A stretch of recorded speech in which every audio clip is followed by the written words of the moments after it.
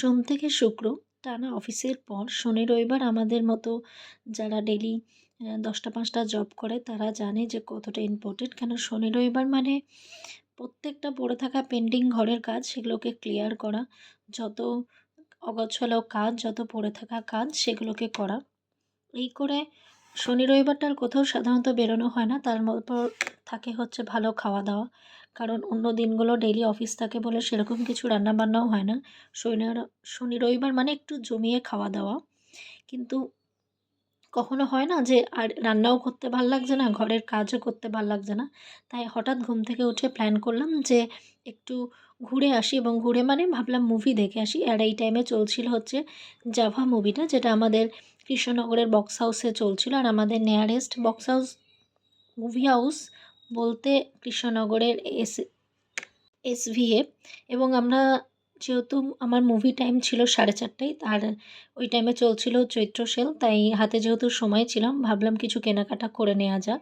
এবং কেনাকাটা বলতে এখানে কৃষ্ণনগরে রামকৃষ্ণ বস্ত্রালয় যেটা আছে স্টেশন থেকে একটু দূরে, কৃষ্ণনগরে যারা থাকে তারা জেনে থাকবেন, এখানে এই টাইমে ভালো সেল চলে এবং ভালো জিনিসও পাওয়া যায়। সেই মতো ওখানে কিছু ঘরের দরকারি, তার সাথে আমারও কিছু কুর্তি কিনে নিলাম।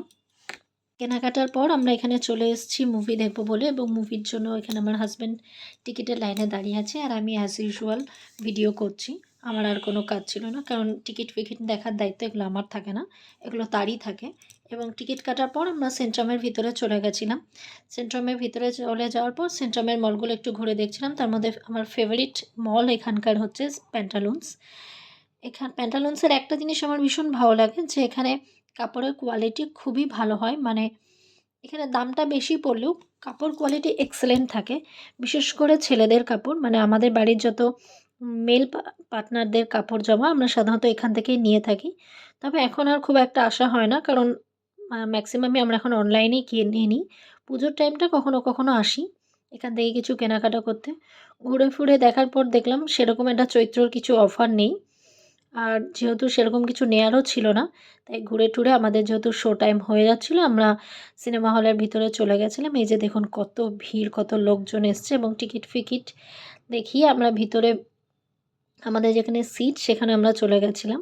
এবং আমাদের শো আর কিছুক্ষণের মধ্যেই শুরু হবে। এটা হচ্ছে কৃষ্ণনগরের বক্স হাউসটা, এবং রীতিমতো আমরা আমাদের সিট পেয়েও গেছিলাম।